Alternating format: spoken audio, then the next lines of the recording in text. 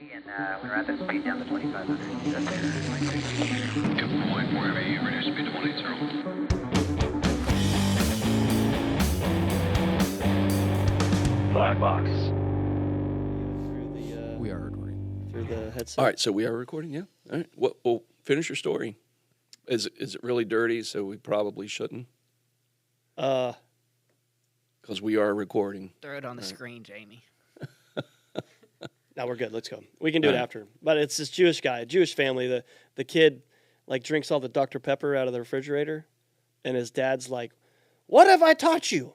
And the kid's like, "I don't know, Dad." And he's like, "I've taught you to always replenish, replenish the Dr. Peppers." This is the last one I want to get out before we officially start. Have you ever? We're started. Oh, Well, then he calls his. Then the dad calls his brother, and he's like, "John, what did our parents always teach us?" And the brother goes, "Oh, you got to fucking replenish the Dr. Pepper," without even knowing what they're talking about. they have a. There's a video online of Drewski, the guy I showed you, that the Could Have Been Records guy. Yeah. So he gets on the phone with Theo Vaughn, and he's like, "Theo, I had this dude come on my Instagram live, and he kept saying the N-word." He's like, "Man, that's terrible." He's like, "Sometimes," Theo starts talking, he's like, "when I got to get it out, I just write it down." Theo Vaughn's awesome.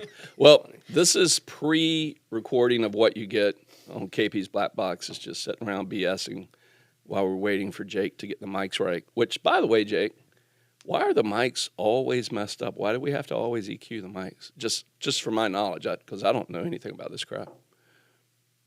Are you there, Jacob? Hello? Yeah, I mean, I made you guys sound Is it good like somehow. is it like an ACOG where you're out in the field and you drop it and it loses Oh, Isaiah's bringing her zero? ACOG. What's an ACOG? It's just a 4 times multiplier site for you on the old school site. He probably never used one. Oh, He not had those NSW Yeah, guys. they got the hollows back at.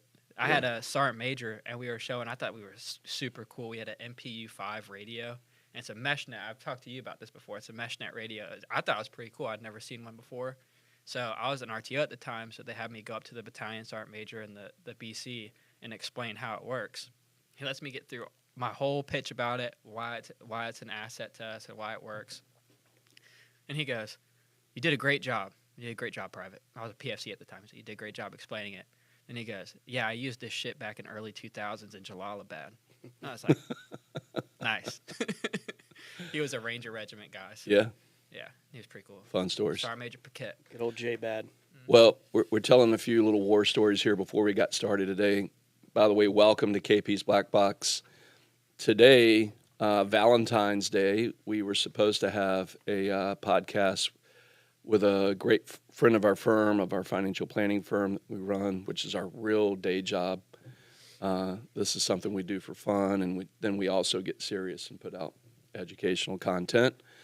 But I had a great guest that was set to come in today, and he had a family emergency. So, Cole Fackler, we hope everything's okay with you and your family, and we'll get you back on the podcast later. But what I really think happened, Cole, is Renee got in your ass and was like, "Today's Valentine's Day. You should take me to breakfast, right, Shorty?" Mm-hmm. So that what happens. Yep.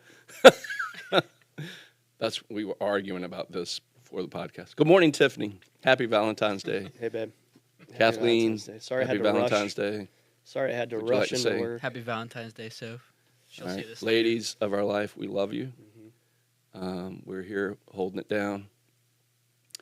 BSing, drinking in the morning. So all of those things that are important, we're getting it out. So, Cole, today I had your bottle out for you, man. I was going to toast with you today. Discretion made by our local spirit company here, Tarnished Truth. So shout out to those guys. And you can see we've kind of put a hurting on the first bottle of Discretion. And then Cole gave me a barrel that they bought and private labeled, excuse me, private labeled with Tarnished Truth. So that's the GBRS special single barrel selection. Nice. Pretty sweet. That's cool. Yeah, that's cool. So Cole, we're saving that for you, man, at our podcast, and we'll throw some back. As we always do, on the podcast, in all seriousness, we always want to throw a toast out. Jacob's got a toast back in the sound room. We've got our shots here of discretion. That one of the things we like to do on the show is always pay homage and honor to those who have gone before us, those who are still serving today, our Gold Star families, and those who've made the ultimate sacrifice. Cheers to you. Cheers. Always forget that little tap there. Yeah.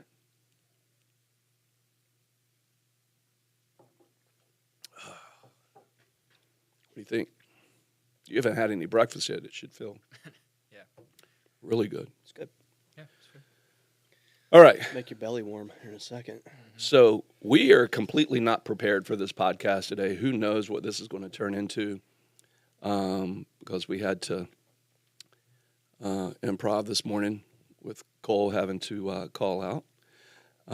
Cole, no guilt, man. We're not trying to shame you. Maybe not.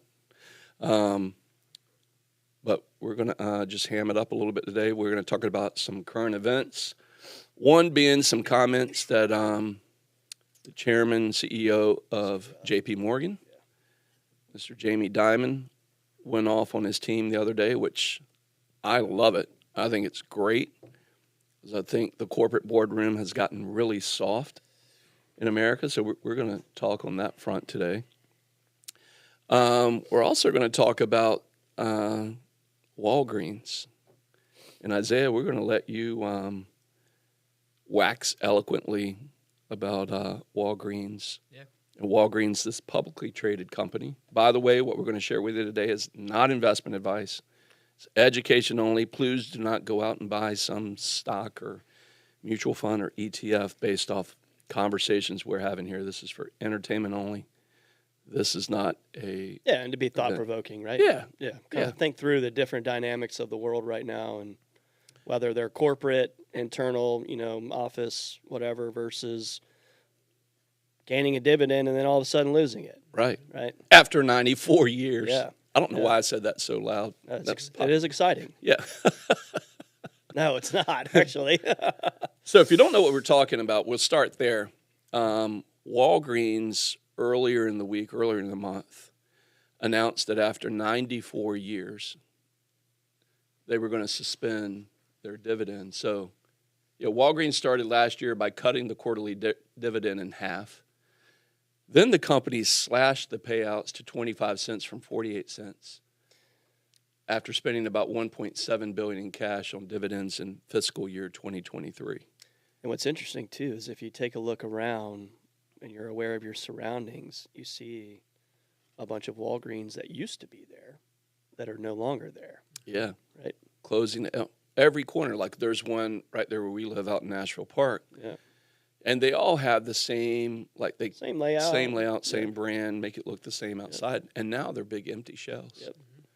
A lot of consolidation, and then these places closing down. So it makes sense that they can't pay the dividend out anymore. They're just, the numbers are off. But yeah, and then also, if you look at, slashing the dividend from 48 down to 25 cents, that's a warning shot to everyone, yeah, right? click on that article, Jake, the AP News. So if you want to go read about this, you can go to the apnews.com and just / articles / Walgreens. But Isaiah, being on the investment advisory side of the house, and clients sometimes and consumers, they'll come in and they'll say, hey, I want a dividend paying stock, or I've got these dividend paying stocks. What's your thoughts on this? What's your breakdown of what's happening, and what should a person do to offset this risk? Yeah, that brings up a great question. For me, and it's always funny when people come in. It's always like this is like their golden child of their portfolio right here. Every time they bring up, and Shorty could attest to this when we're in meetings, they bring up their dividend portfolio or their dividend model or whatever they want to call it.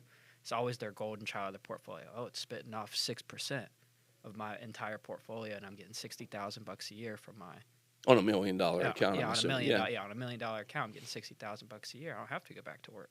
Yeah. And then you read articles like this, and you got one of Yeah. the biggest companies in America halting dividend payments. Yeah.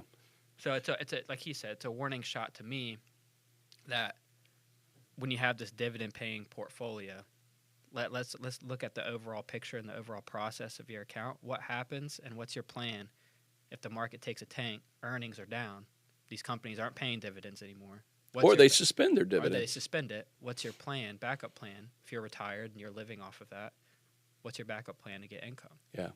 I think there's, and then if you, the stock market is a lot of psyche, right? Yeah. Fear and greed. But also with fear and greed, you have people who fall in love with a stock Yeah. and then hold on for dear life, right? No matter what. Yeah. It's going down, it's going down. It'll come back. Yeah.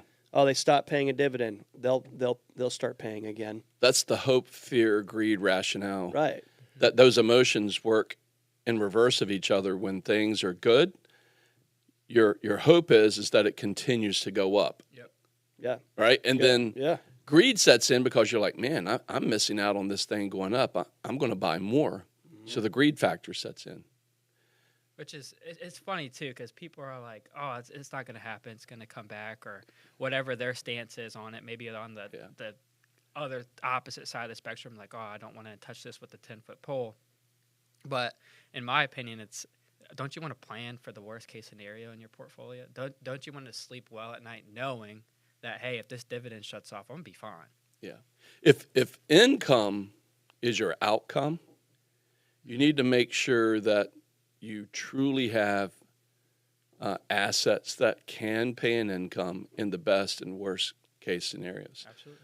And I don't think anybody out there, including analysts, were prepared for Walgreens to completely suspend their dividend.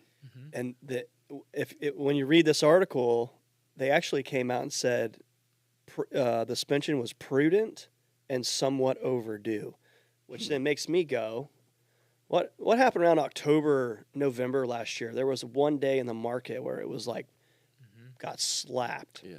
And we had a discussion. 1,000-point drop. Yeah, we had a discussion about it, and I was like, "There's a warning shot to the market." And then you fast forward into December, and I think we had a good 10-day down period going up into Christmas. And I mean it starts to make you kind of wonder, okay, what's the market dynamic right now? Yeah. Well, this brings me back, and I'm going to throw it out there, guys, because sometimes we get accused of being ultra conservative in our firm, or doing things that are maybe only for the advisor versus for the consumer, like that fiduciary responsibility. And that word gets thrown around so much, I get sick of hearing it. I've got an attorney friend who actually says 5 years from now, we're going to look at the definition of fiduciary in Webster's, and right next to it's going to be liar. Because I think any person who's truly being in that role, if they've got you in a dividend-paying stock, last year, the fiduciary is saying to you, hey, look, Walgreens, look, they've got a 94-year track record of paying dividends. This is where we should go. And so you're asking for the income, but you're in this mindset that Walgreens is not going to stop paying dividends. There's people in the world, we got an aging population, people need drugs, people need the local Walgreens to get their gallon of milk, get a little makeup, and pick up their medication while they're there. Yeah. Oh, this company's not going anywhere. This dividend's not going anywhere. And what ends up happening is that what we know to be true turns out not to be true, and then that creates the panic or the fear. So what I predict is going to happen, this is not advice, this is just my personal prediction, is that we're going to see the underlying value of that stock continue to go down. Because now the value proposition was we're going to return your investment to you. The definition of a dividend is a return of principal, right? And when you start thinking about that, guys, A dividend is when a company has basically said, look, we have hit our growth max. Now we're going to start returning profits to you because our growth stage is probably coming to an end. And to So that we're point, in the business cycle, we're peaking. right. Yeah. And so their peak efficiency, now we can start paying you back. Now we can start giving you some of your Thanks for investment helping back. us grow.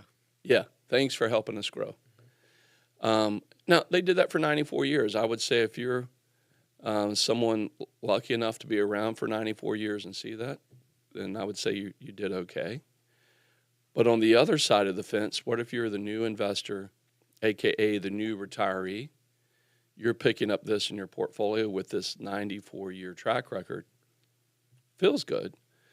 But this is when I come back to that is not contractual money. No, it's a statement. It's a statement. Yep. Right. It's a statement of what they think could happen. It's a forward look of, past performance is not indicative of future results. But based off this 94-year past performance, we should be getting a dividend from them. But that doesn't always occur that way. But if it was a contract law supersedes everything. So the only thing that's contract for income that I'm aware of, and one major one, it's the A word, and people are probably going to run from their Annuity. Yeah, they're going to run from their podcast now, or they're watching us on YouTube. Always going to say annuity. But if you look at one of the oldest contracts in the world, it's annuity contracts. And we had a person in our office last week, Shannon, that you and I were working with. And this guy had about $1 million that he was trying to decide where he was going to put it. No, it wasn't it was like $500,000, I think it was. That he was deciding where to put it. And I just asked him a question. I said, look, if you could have a piece of real estate, if you could have a dividend, if you could have some other tool that's going to give you a contractual 6.6% over your lifetime, and I'm not even going to index it to inflation. It's just going to be 6.6 on your investment. Would you consider that? He goes, sign me up. I want it. And then when I say, hey, it's an annuity, well, guess what happens then? Backpedal. Yeah. Oh, God. wait. Ooh, you said the A word. What? Oh, instant, high fees, My friends have told me those are bad. low growth. Yeah. Yeah. So if you took that person right now who's got their Walgreens stock and it's paid a dividend to them for a long time and all of a sudden it ain't there anymore, if it had been a contract and you're depending on that income, it'd be a different story. And so the moral of the story is understand really what it means. And when you're looking at your entire portfolio, understand the definitions and the possibilities of it going up, the possibilities of it going down, and then putting yourself into your belief system. If your belief system is that you need income and that's your outcome for your distribution phase, then the behavior should be, shouldn't I try to create the contractual promise of income if that's what you're driving towards? Then that should allow you to still be in a growth phase. That should allow you to let the other money grow. It boils back down to it's not the product that makes it good, it's the process. It's process. Yeah, it's the process that makes You'll it hear us say that all the time. Process over product always wins. And by implementing or introducing that fixed income, it really gives you the permission slip to open things up in the market a little bit. Absolutely. Permission slip. Talk about permission slip if you would. We say that, but people watching for the first time. Yeah. So, I mean, just on this topic alone, we're talking about dividends. Are dividends guaranteed? Nope. No. Not in the stock market, as we Right. can see with Walgreens, right? Yeah. And Anywhere. It's a return of capital. And right? while you were talking a minute ago, I was like, ooh, I'm going to bite this grenade and chuck it right here in the middle of the table. Let's do it. Is Walgreens the first domino to tip? right? Look at stock splits, right? Yeah. A big company like Tesla does a stock split. Next thing you know, we have other companies, MicroStrategies, Apple, Amazon, and then everybody starts to jump on this bandwagon of stock splits because everything is overvalued. Yeah. So we need to bring the price down for the consumer, Yeah. right? Is that the same thing on the dividend side? Does a reputable company like Walgreens cancel their dividend, and then do other companies go, wow, maybe we're overdue as well, Yeah. right? So all that to then get to the permission slip. If we can introduce a strategy into a financial plan, a strategy, right? Strategic planning, not tactical in the military. Small tactical plans help achieve the overall strategic plan. But if we can come up with a big, simple strategic plan for our clients, Sound, simple. sound simple for our clients, and then at the end of the day, introduce fixed income, I think our clients sleep better at night. Yeah. Therefore, it gives them a permission slip, right? Yeah. It opens them up and gives them the ability to be a little bit more aggressive in other areas of their life. Yeah. Yeah, absolutely. So The we golden fought. rule of diversification. Yeah. There's not one asset class, there's not one investment that is the silver bullet for your retirement distribution plan or even for your accumulation phase. Yeah. The difference between those two, though, is that once you go into the distribution phase, you can't call in a helicopter at the top of the mountain and rescue you or rescue your plan. Air's too thin. You're stuck, right? That Sherpa's got to get you down the mountain as safely as he got you up. Yeah. And we talk about this in our workshops all the time, that 70+% of mountain climbing accidents and death Happen on the way down. happen on the way down. Funny thing about that, like jumping out of an airplane, you don't find many people having a problem on the ascent, sitting in the airplane. The problem's when you descend, right? When Yeah. you jump. Yeah, when you come out. Oh shit! Ripcord. All kinds of stuff can What'd you happen. say yesterday? You pulled your ripcord completely off. Oh, when you were jumping? my very first jump. So we had a instead of on these military rigs, the ripcord's up here on your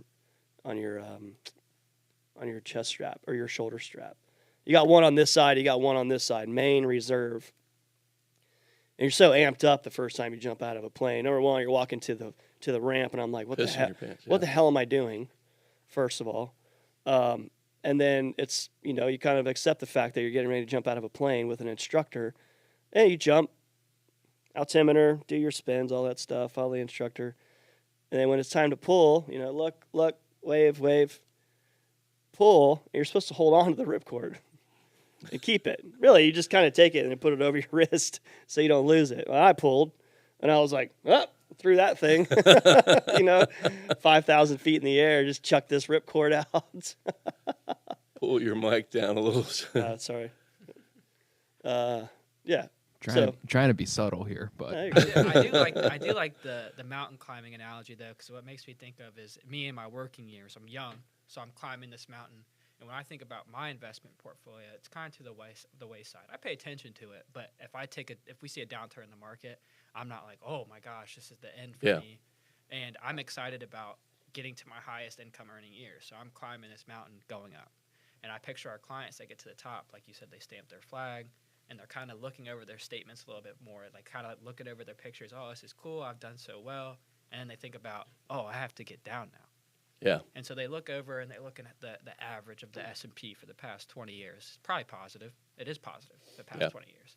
Absolutely, it's positive. Yeah. But then they The start last looking- 20 years have been amazing. Mm-hmm. And then you look over their way down. They start looking at it a little bit closer, and that's what we're doing with our clients. Let's look at a 10-year. If you have $1 million and you have a 10-year distribution plan, and you're taking money out of this account, and you see this 10 years, maybe you get the 10 years of 1929 to 1939.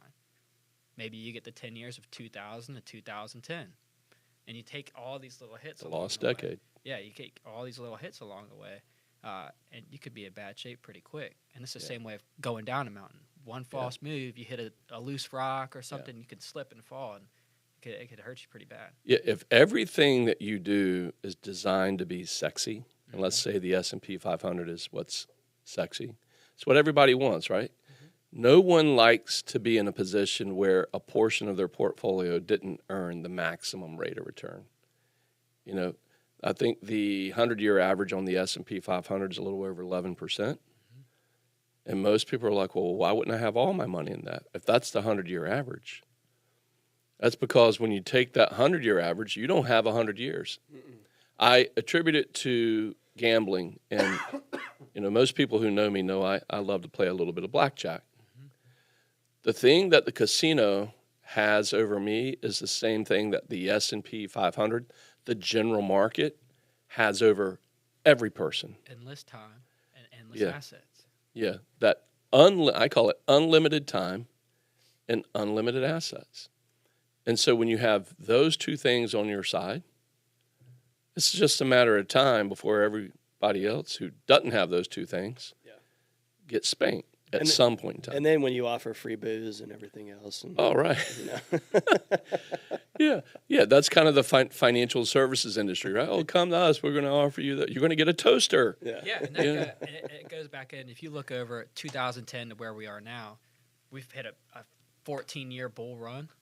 Now, this is what I like to say to what we say to most of our clients is, let's take a little bit of your chips or a little bit of your blackjack winnings off the table and put some away that's a little safe. And then now you're playing with the house's money. Yeah. Play with the house's money a little bit. Yeah. Why keep risking your principal when you can win? Yeah. Win off the house. You don't keep all your chips on the table, all your chips exposed all the time. There's a time where you press the bet. There's a time in where you pull back. And that's money management, right? And so the money management means that sometimes you're just not going to win on every hand. And that doesn't necessarily mean, hey, let's pull back and let's take your investment side of the house. Let's be way less risky. That means let's pull some away, and you can continue the same risk tolerance or risk level that you're at in your portfolio on this side. But let's move some over here. That's a little safe. I think it was Warren Buffett that said, "Cash is a position." Yeah. Right. And to not recognize that Yeah. is foolish. Yeah. Not calling anybody a fool, but Yeah. it's a foolish. It's fool's gold. We don't have to be all in all the time. Right. Right. I mean, it depends on what you do for a living, but in the market, like, you don't have to be all in all the time. Cash is a position. Well, even in the world of, let's bring it back to the tactical world of, special warfare buddies that, when they're on you're in and you're there, you're sold to the cause. But before you go on that mission, you have practiced and practiced and practiced and prepared. Oh, to the nth degree. Yeah. Right. But even before you go, there are conditions that have to be met Right. before the approvals are given to Absolutely. leave the wire. And then even when you're beyond the wire, there's still conditions that have to be met in each phase of It's of the an same thing in operation. retirement. Nobody planning. wants to sit in front of that hot mic Yeah. and be like, I lost your son or daughter. Yeah. It's We're the going to same- talk about a hot mic in just a minute. It's the same thing in retirement planning. You're prepping the objective. Yeah. Prep the objective. You go through all these walkthroughs, all these, we call them rock drills. You go through all these rock drills. When you go out and do the real thing, like Shorty has done, you prep your objective, you're there, and you know it's going to succeed because all the countless hours of practice you put in. You may hit a couple bumps along the way. You're not 100% perfect, but at least you know you prepped and did all your prep work beforehand. Right. Yeah. And rock drill stands for rehearsal of concept. So there's a concept on the table. We have to rehearse it over and over and over and over again and tease out all the weak parts in the plan. Yeah. Which is that's for that's special forces. That's conventional and special forces planning, right? Right. That also comes down here to us in the way we plan, financial planning. We tease out by back testing against the toughest times in the market, Right. back test, and then we can look at our clients and say, based off of what you have right now, you would have done amazing through the Great Depression. Yeah. But let's enhance it a little bit more. Let's tweak it a little bit more so that we verifiably know that we can make it. Yeah. Yeah, Like or you're screwed. We got to do some Maybe changes. And here's the reality. You shared with me a situation. Our buddy Lou shared with me a situation of where you can rehearse and you can conceptually rehearse and you've got everything laid out. The same thing that happens sometimes in battle fog happens with consumers with their retirement plans. Is that you get to the date,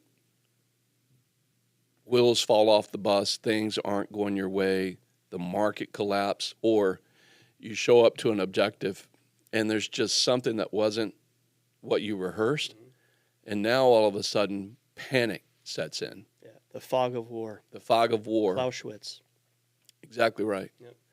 So there was a story that you had shared with me of a friend that, was in a position where that happened to him, and he backtracked. He was like, "Oh, can't do this," and that's what happens to consumers sometimes, right? They get to that point, and like we will try to prepare a client for worst case scenario. We take them through the first 4 years of the Great Depression.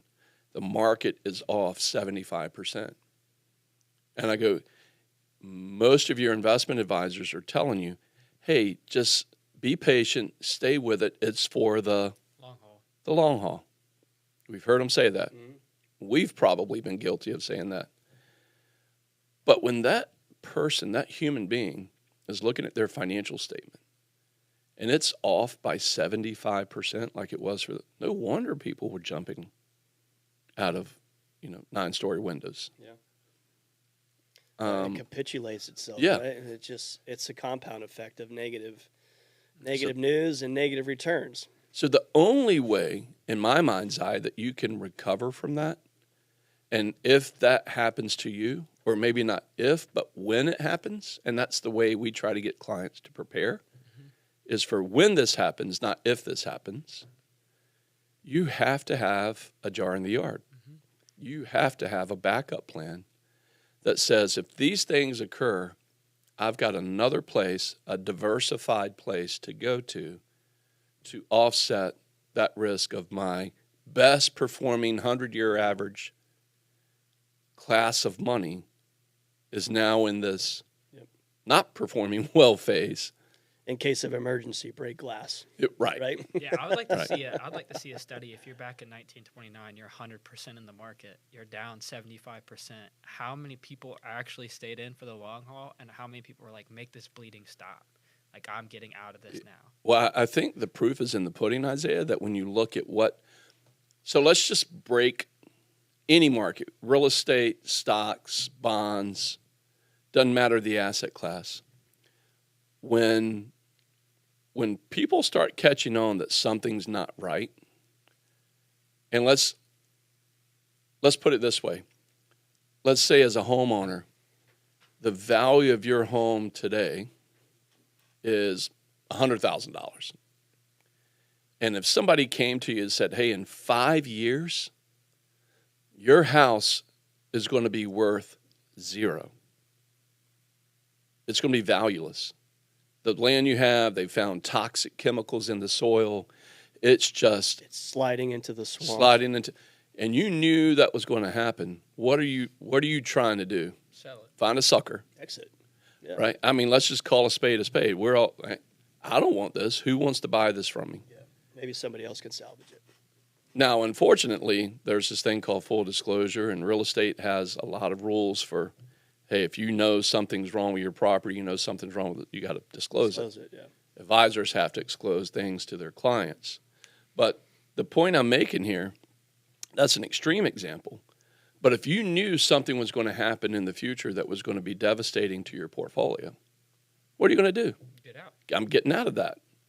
That's what people were doing in the 20s. They started hearing the buzz that things weren't going well. And the reason it went negative and 75% of the market value left is because people were selling. When there's more people selling than there are buying, what happens to prices? They go down. They just go, there's nothing to do but for it to go down. Yeah. It's on deep, deep sell. So think about all the people that were there grabbing it all. Yeah. So there's some wise man sitting on the sideline waiting for capitulation. And again, that's where we come back with this philosophy of saying, hey, Mr. and Mrs. Client, it's not if that occurs. Again, it's when it occurs. Do we have some dry powder to enter back into the market when everybody else is running out of the theater with their hair on fire? Can we be on the sidelines waiting? And it doesn't matter if it's in stocks, in real estate, in insurance, in annuities. When things go bad, theoretically, that's when you should be looking for things on sale, right? That's when it's fun to buy, not at the peak of the markets. Yeah.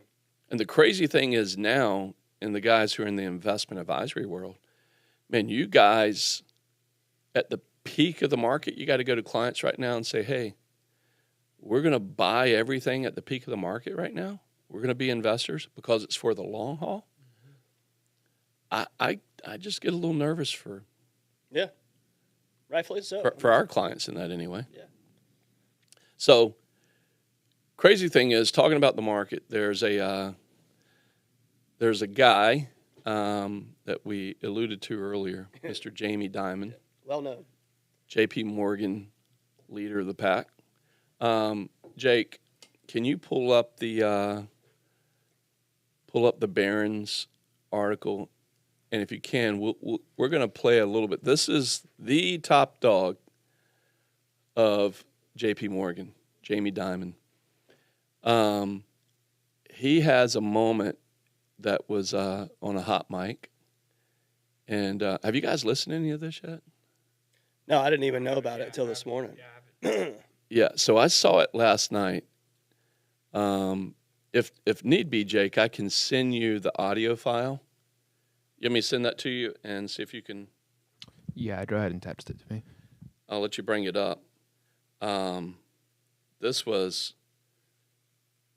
It was pretty hilarious, but on the serious side, I think Jamie is hitting on things that we're all experiencing in the market. I actually had one of my financial buddies from one of the insurance companies that we work with sent me this last night.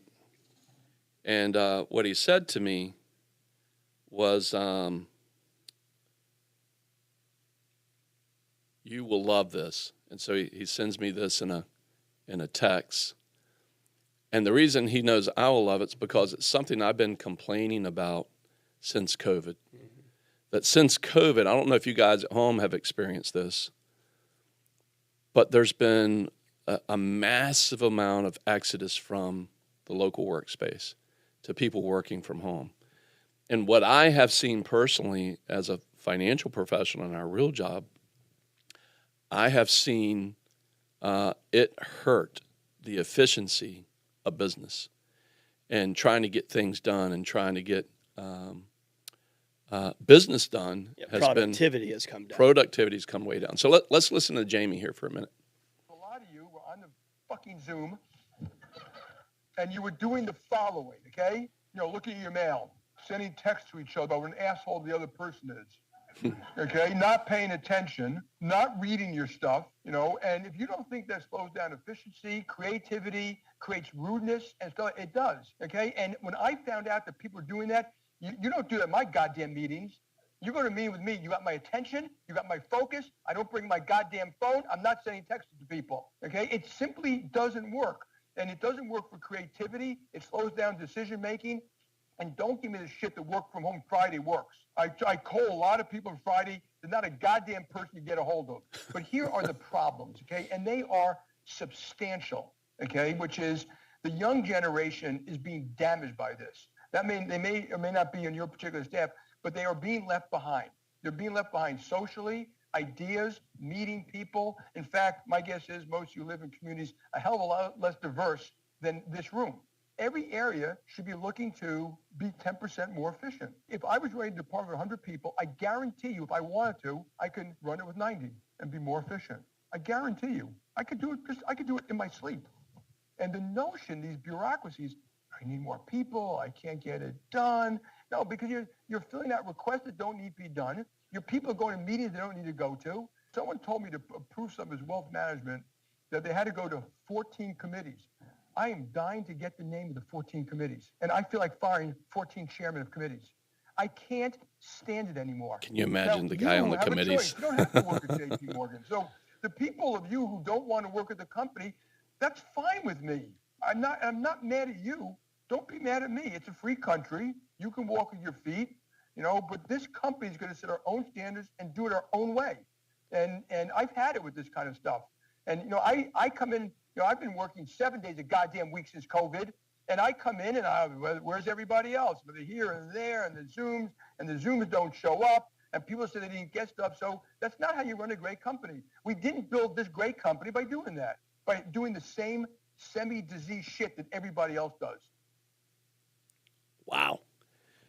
That's from the leader of one of the largest corporations, not only in America, but in the world. In the world, yeah. I mean, what's y'all's take on that? I think he's 100% right. Yeah. I think it breeds laziness. Yeah. So we've got to this point of complacency in our workspace, and there's a part of me that thinks that Americans have just become super, uber soft, and that we've lost our sense of pride. And, I mean, there's got to be a shakeup to get it back, to get people back to, kind of the true north. There you go, Daniel. There's a true north for you. But no, I mean, where's our moral compass at now? Where's the pride in craftsmanship, workmanship? When I was a Marine, I'm still a Marine, but when I was a uniform Marine, I used to think about, man, why in the hell are we showing up at 04 and 04 when the work day, like, we're not going to be at the range until like 08. But we showed up at 04. And some days, Shorty, I'm sure you can empathize with this. And Isaiah, remember the old saying, hurry up and wait? Mm-hmm.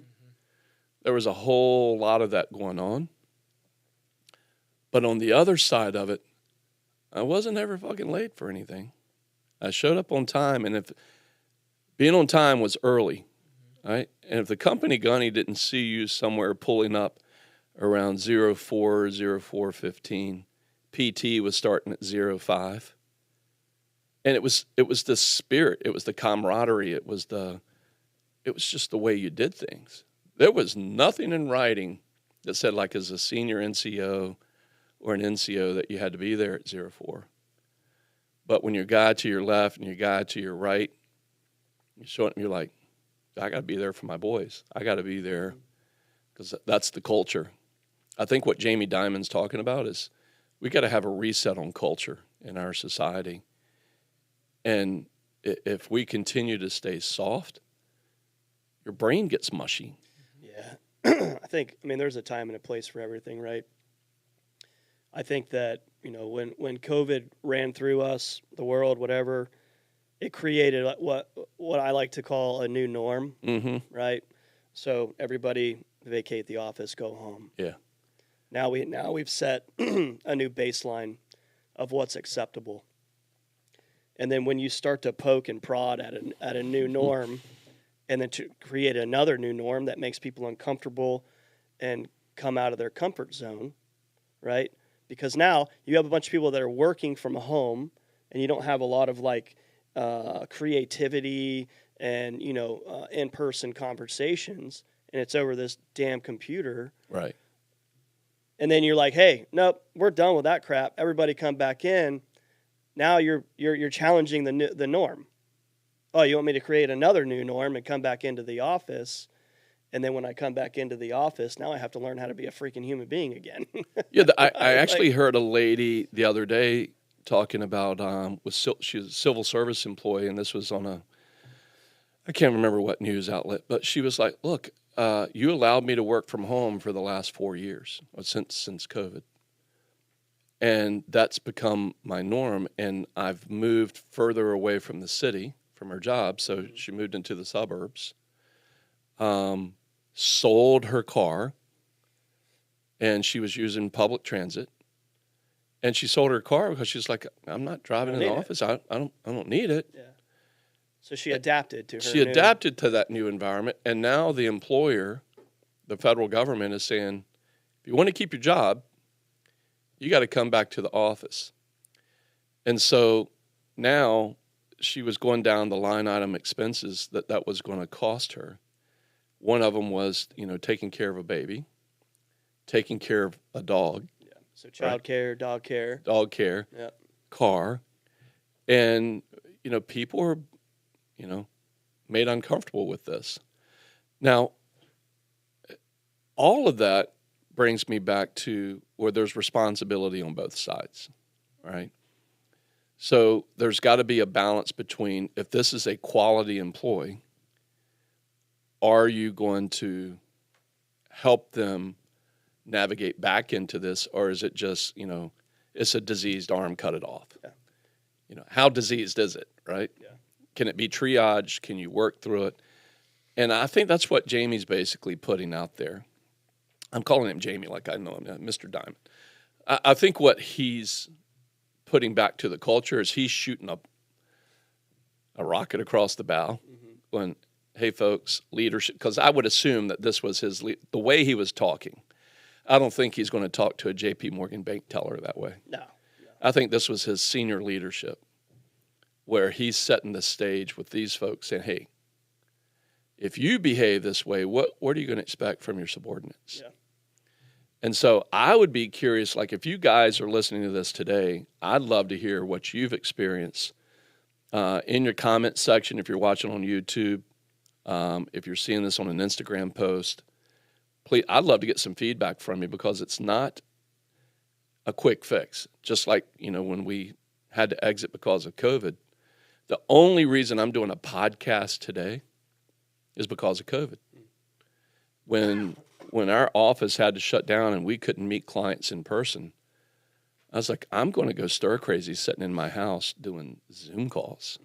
By the way, and I think you guys, and Isaiah, when you were first with me as an 18-year-old, no one in the early days before COVID wanted to get on this thing called Zoom. No one wanted to have a conversation with me 400 miles away. They wanted me to fly to them. Yeah. And I would travel a lot to my clients in other states. I gotta use the bathroom. Okay, Where they at? Isaiah's got a baby bladder, so go ahead. Yeah. We're chatting.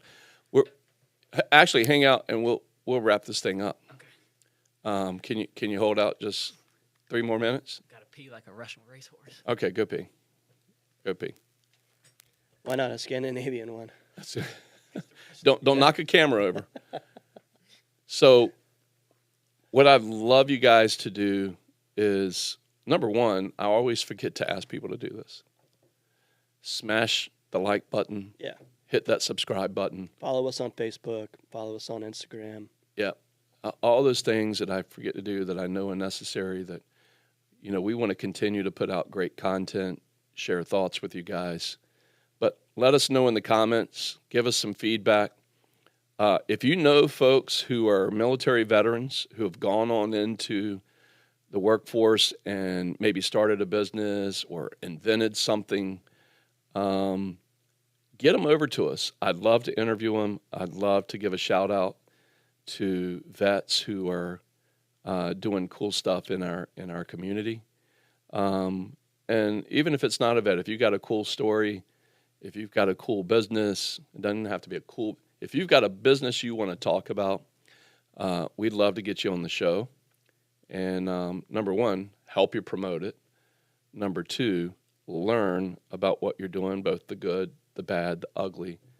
Where did you fail, and then how did you overcome it? Right? Yeah.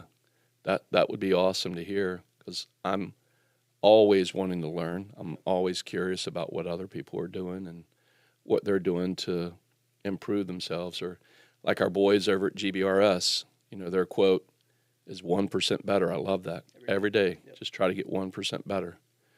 And if you did that every day, you'd have a 365% improvement, a 300%, 3 times improvement. That'd be massive. Yeah, it's huge. If we really, really did that. Yeah. But 1%. That's a big move. If you can do that every day. That's It it's a just great takes goal. a little bit of work, Yeah, right? You got to be willing to do it, though. yeah. It's that first step to the 1,000-step journey. Yeah. The Chinese proverb. I'll screw that up. Another one. It's the slight edge. That's right. We need to talk about the slight edge one day coming Jeff, up. that's a good book. All right, we got to go to the bathroom too. Isaiah beat us to the punch. Thank you guys for watching. We will see you next week. Peace.